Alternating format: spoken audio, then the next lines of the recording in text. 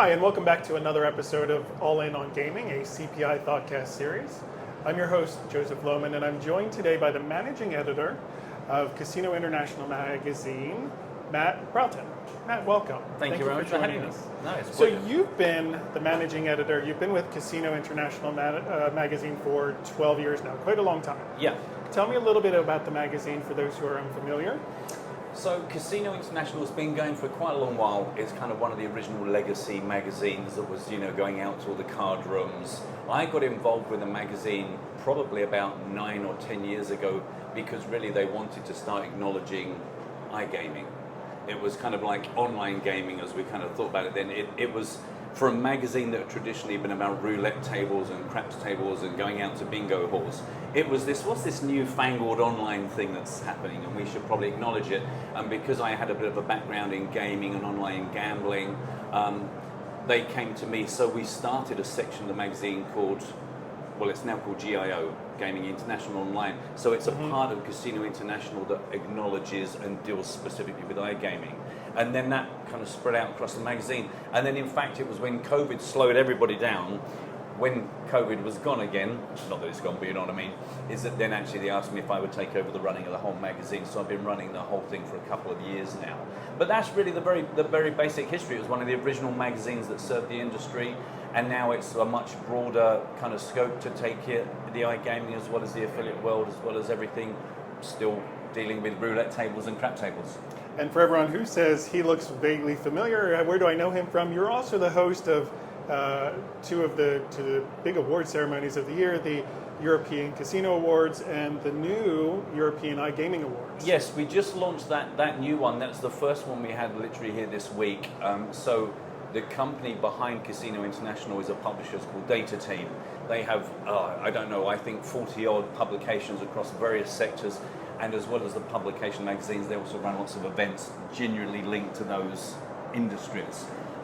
So the European Casino Awards actually was originally launched many years ago as the British Casino Awards. Then it developed and grew, and now it has quite a wide remit there. And then so I took over as the host, only because I have a really weird background with lots of different things, and I was a Sky Sports presenter on TV in the UK for a number of years, and then I did a lot of commentary and voiceover work with PokerStars. So they were like, we have this guy being our managing editor. I'm sure we can make him do way more work while he's here. So it's nice for me because, to be honest, it really helps me because of being in an industry where staff change all the time. People migrate, people come in, they go out. But doing the awards is great because it gives me an opportunity to stand in front of people and get their attention. And then, of course, when we're working the show, people are like, so they don't have to stare at your lanyard quite as much because they kind of recognize you. They know who you are. Yes. So it's been a fairly grueling schedule here, to be honest, because we've been walking the show like journalists. But in the evening, we've been over the road running these events. So on the Monday night, we had the European Casino Awards. Last night, it was the Tuesday, and we had the iGaming Awards launch. And you also get to see the most, things are changing so quickly, so I assume as the host, you get to experience some of the most exciting things going on in the industry. Yeah, well, it's always interesting for me because it's an interesting awards in that we have this completely separate panel of judges. So we facilitate the awards, but we're not really involved in the actual handing out of deciding who wins it. So when we see the innovations that come in and who's getting rewarded, mostly it's because we then get challenged by the people that didn't win as to why did they win. So it makes you really take into account, you need to have a good excuse standing by it, but it makes you really look at the way in which the companies present their, they have to enter their product or their It's a campaign. serious awards. Oh yeah. It's not a... No, and some of these, some of the categories, we have, I think, something like 24 categories in the European casinos and slightly less, maybe 20, 21 in the iGaming.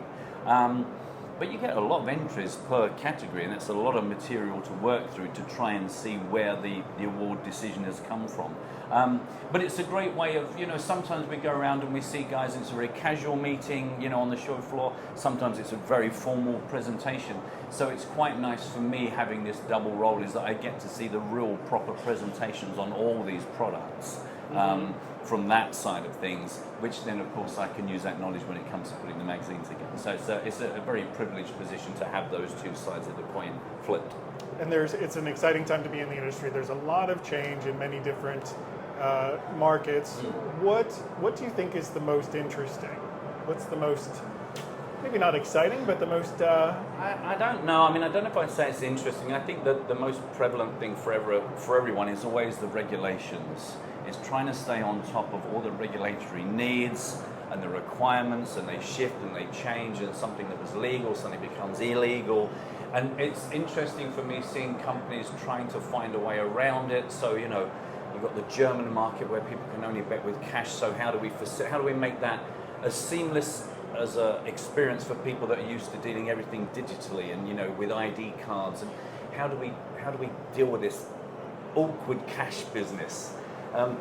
So that's what I quite like, is seeing the clever people taking a specific, maybe it's a region or a country's laws and traditions, and still trying to somehow integrate that into their global proposition. So it's hard to pick on a specific thing, but that seems to really drive a lot of the businesses. And then for me, the thing I really like to see, because I have an interest and a background in gaming, so for me, I'm actually a really bad candidate for this job in that I'm not much of a gambler. Like, I love poker because it's an interesting game to me. But other than that, I have spent decades in the casino environment, mostly with my arms folded, watching people playing, but never feeling compelled to play it. So I kind of have a bit of a unique point, but you gradually see the way in which, you know, from the simple starts where roulette tables would just show you what were the hot and cold numbers. And that evolves, and then we were earlier on sat with TCS, John Huxley, and they're talking about, you know, they have their roulette extra where they're talking about adding multipliers, so you're getting less odds on the main table, but with the opportunity to have multipliers, and trying to find the sort of stuff that turns people on. What engages people is that the game itself doesn't really need an upgrade.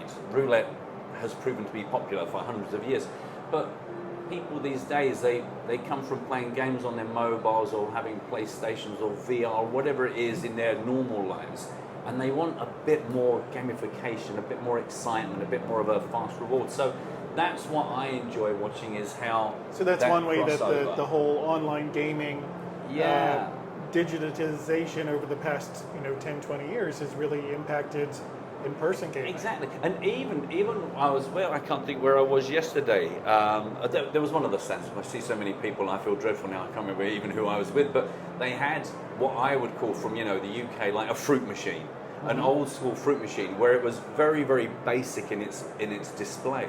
But you realise that all of that is a digital facade. So even though it's someone presenting something as kind of a retro fruit machine that you play in a British pub in the 70s, is that actually it's a very clever piece of machinery that's doing lots, and they can be very easily changed. And I think that's what we hear from a lot of the tours around the different stands, is how they're just trying to make it that the operators and their customers just have so much ability to customize the products, because they appreciate that if you're going to make a global product, you've still got to have the flexibility that depending on what region it's placed in, that it maximizes the playing habits and styles and traditions. So that's what I find enjoyable, is seeing how cleverly people can hide flexibility behind a quite simple interface. And the more of the products that we see, whether it's from the automated craps machines through to the basic slots, is we see how that comes out and how that's presented, that the player doesn't even know how clever it is. They're just having a great experience going from machine to machine. Even people like Lohmann, where they have the whole system from the moment you use your thumbprint to get into the casino and move around. It's that invisible experience that's just making it as good for the player as possible without you having to be exposed to all the tech that's running it. One of my other guests mentioned that there's a huge push, and it sounds like the gamification plays a role in this, to attract the new generation who's maybe more familiar with the online gaming, grew up with their PlayStation playing games, and now is into online gambling and online betting. Never set a foot in a casino, and now there's a lot of thought as to how do I bring them into, and give them an experience that they're used to, something like that. Are you seeing a big push that direction too? I think it naturally happens because as time passes, the people developing the games are of an age where all they've ever known is touch screens. I mean, I still sometimes, if I have a magazine, I go to squeeze the picture open to get a better look at it. Is that you kind of think, oh my God, this is ridiculous. But it's silly things like that where you're everyone conditioned to act that you way. just get behavior. used to what you get used to. So I think maybe 15 years ago, to look at the way in which smartphone games are being developed, it felt like a big deal that you had to have all these considerations. Whereas now, because time has passed, anybody developing games is already of that generation where that's just what they're used to. The presentation, how clear everything has to be, the size of the font, moving stuff around the screen. It's a bit like my years with PokerStars. We would always be able to tell in a live tournament the guys that were really online players because they'd never handled chips before. These guys might have won millions, but they just didn't understand the process of cards and chips, and they were used to everything being spelled out for them. Is because if you're in an online poker environment, you can see everyone's chip count, you can see what's in the pot. Whereas you get to a live environment and everyone's going, well, I have no idea what's going on, and these are quite accomplished people. So I think that's what I'd like to see, is that bringing the experience to people, and whether they have a lot of experience of that game or none, there's just all these familiar traits. The cashier is very familiar, the use of the tokens or chips, it's I think it just becomes a no-brainer because we're so used to having to make those considerations when developing games that some of the stuff we see out in the real world gaming is a hangover from stuff that just made it so much easier online. Mm-hmm. And so is that a purposeful convergence? Or? I think it's a bit about appreciation that there's not going to be many people going forward that come into a casino that haven't played something online. So you want to give them that familiarity and that comfort. But also I think there are things that have just been invented to facilitate online gaming that make a lot of sense. So of course you bring it in, and we see the digital roulette tables, and we see digital poker tables, and it's just, again, it's about this kind of cashless world we live in where people still want the tactile sense of putting chips onto the table. Is that right. Is that I was always very skeptical when I had first experiences in Vegas of these entirely digitally run roulette pits. And there's just this automatic table and there's no croupier and I've just got my terminal. But there's still some of those, typing out, picking your denomination and sliding it, and the way in which it would celebrate a win and everything would kind of get swooped away. So I think it is just a convergence of the old and the new, because we've got to embrace the new, but you can't ignore the fact that these games have been very popular without any of that, bells and whistles. So you don't want to twist and pervert the games too much, because it's why there aren't lots of variants of chess. Chess is the complete game, and you can make it 3D and make it horses punching bishops, but the game doesn't really need much. And I think that's the thing we have to watch out for, is twisting the game so much that they're no longer the great games that have always engaged with people. Yeah, do you think, so you mentioned something interesting, the screen replacing an actual person at a table game. Do you think that's you think we'll see more of that, or do consumers like the experience of the person? I genuinely don't know. I feel like it's a little bit, you lose a bit of the soul of a casino. I was out in Vegas last October, I guess, and I always liked, even though I'm not a gambler, I like watching people, because really for me it was watching people play. In the States they've always had a very different, they were ahead of the curve, they always had a very different approach to the way they treat gambling. It's much more recreational, they've got money to spend, it's not hurting them, it's not kind of, going to put them into poverty. This is their fun money. And there's loads of guys all around a craps table, and they're all screaming and high-fiving and all that sort of stuff that, Americans just get into doing those group activities. And a lot of those pits had gone, and there was just an automated table and some terminals around it, and people sort of sitting quite quietly, and it felt like that. And it was great for the casinos because there's less staff, it's more secure, they can monitor it, it's easier. Not as exciting. But it's lost that kind of engagement. So I think there's a balance to be had. There were other people that I know found that environment quite intimidating. So if you're going to play roulette live for the first time, you feel embarrassed, you don't really know what you're doing, you feel a bit silly, you put something in the wrong place. And all of that, of course, that is gone if it is automated. Mm-hmm. But I guess it just depends what experience you're looking for, because I never understood why someone would go to a Vegas casino and then sit on a screen. And you go, well, if you're going to be here, if you're going to be out on the casino floor, then embrace it and enjoy all that experience is, because that is meant to be a different experience to online. It just, I guess, depends what makes sense for the casinos, but you don't want them to only make the economical decisions, because we don't have to have any staff and we just polish the screens and there's no seats. But you don't want to miss out on that experience that so many of us have enjoyed of being in a casino. Yeah. Are we seeing the that Vegasification, I guess you would call it? Yeah. The move towards more for the land base, making it a destination, a place to go. You know, maybe with your family, maybe with friends, but turning it into an event type destination. Are we seeing that bleed over into other markets? I know it's starting to in the UK. Hippodrome's a good example. What about some other international markets? I guess so. I mean, is that a cultural thing, or? I guess I mean, the thing is, in the States, they've got a lot of space. You know, is that if you go to London, for instance, it's very hard to create the sort of experience you get in Vegas. You know, where you get these resorts. You know, and I would go to Vegas, and I might live in the MGM, because there's the pool, there's the poker room. You know, they had an amazing poker room maybe 15, 20 years ago when poker suddenly boomed and everyone went crazy for it. There's all the restaurants, there's all the shopping. So I think that is something that was unique to Vegas for a while, because they had the space to do that. You've got somewhere like the Hippodrome you talk about, which has really become almost like a fine dining destination. One of the awards we had the other night was for their restaurant. And that's completely irrelevant to the fact it's in a casino. It's somebody going into the West End of London and wanting a certain experience.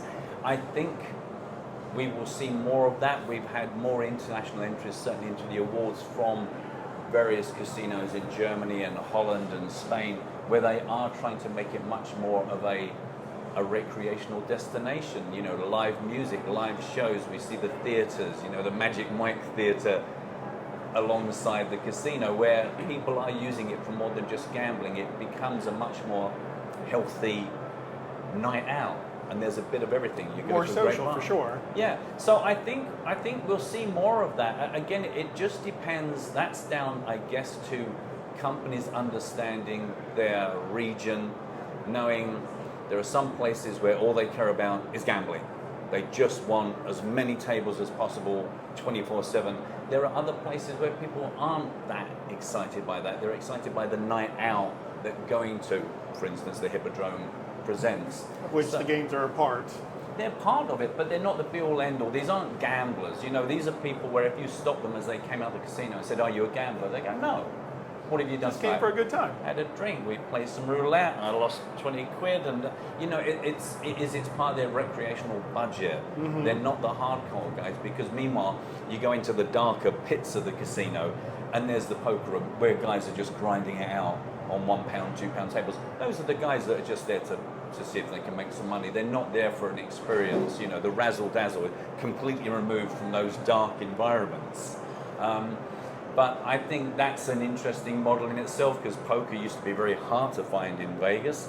Then it boomed, and suddenly the casinos were giving over huge amounts of real estate to that, and now that's kind of dwindling again. So it's only casinos doing what they always do. They see what's popular, and if people want the shows, if people want the restaurants, then they'll adapt to it, because they just want people to walk through the door. So you mentioned something interesting, poker boom. Now it's a little less focus on that part of the gaming. Let's talk about the future. What do you think is next? What's going to be the next big thing? I mean, it's very easy. I don't know. Next question. No, I don't know. I can only say what I see happening, which is that everything presentation is becoming very key. You know, the slot machines are becoming much more sophisticated. We've had some great tours. Mirko Gaming did a great tour for us, Aristocrat. These incredible machines, modular, smart, flexible. They'll talk about even different cabinet designs that suit different, you know. Mm-hmm. One I couldn't work out was they were saying in the UK they have a much steeper slope on the front of the machines, whereas in some places it's a bit more level. And I don't know whether that's because The Brits always tend to have a drink on the go, and if they put it down, it will slide off. So they try and make it so intimidating that no one even tries to balance it. But, you know, is this flexibility in the way that they create the games, the way they create the cabinets, all the animations going on. We see this incredibly high quality video embedded into stuff where you don't even realize it's an animation until it all moves and comes to life. And I think it's that engagement. And that thoughtfulness in the gamification. Yeah, It's back to that, doesn't it? Do you know what? This is going to sound like a really weird metaphor, but back when I was in the video games industry maybe 20 years ago, and one of the first games I was the PR manager for, that was a real amazing collaboration between video games and movies, was a game called Enter the Matrix.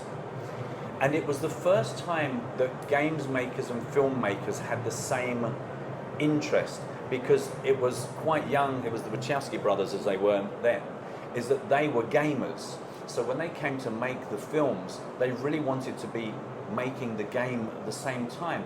And it was this amazing marriage where you go, this is interesting, because every director that comes up now, they're not going to be the ages of Francis Ford Coppola or George Lucas. They're going to be these younger generation where their lifestyle involves more gaming. So they always think about gaming in everything they do.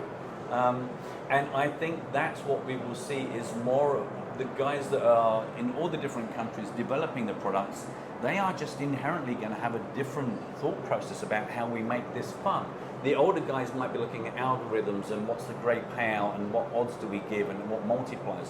But there'll be another group of designers that are thinking about how to just keep people locked in. Is that simple things like, when you play a video game, you save your progress when you're finished because you're going to come back to it. Is that having an account where you have your account and then you walk away from the casino and come back a week later and you carry on the game from where you were, is that continuity of gaming. It's really personalization, isn't it? Yeah, and that's what we see again. A lot of the systems we've seen where you thumbprint your way and it goes, hi Matt, here's your account, this is the game you were playing last time, just to remind you, this is where the feature is held at. Or, you know, it's that, do you want to save your game or do you want to clean slate?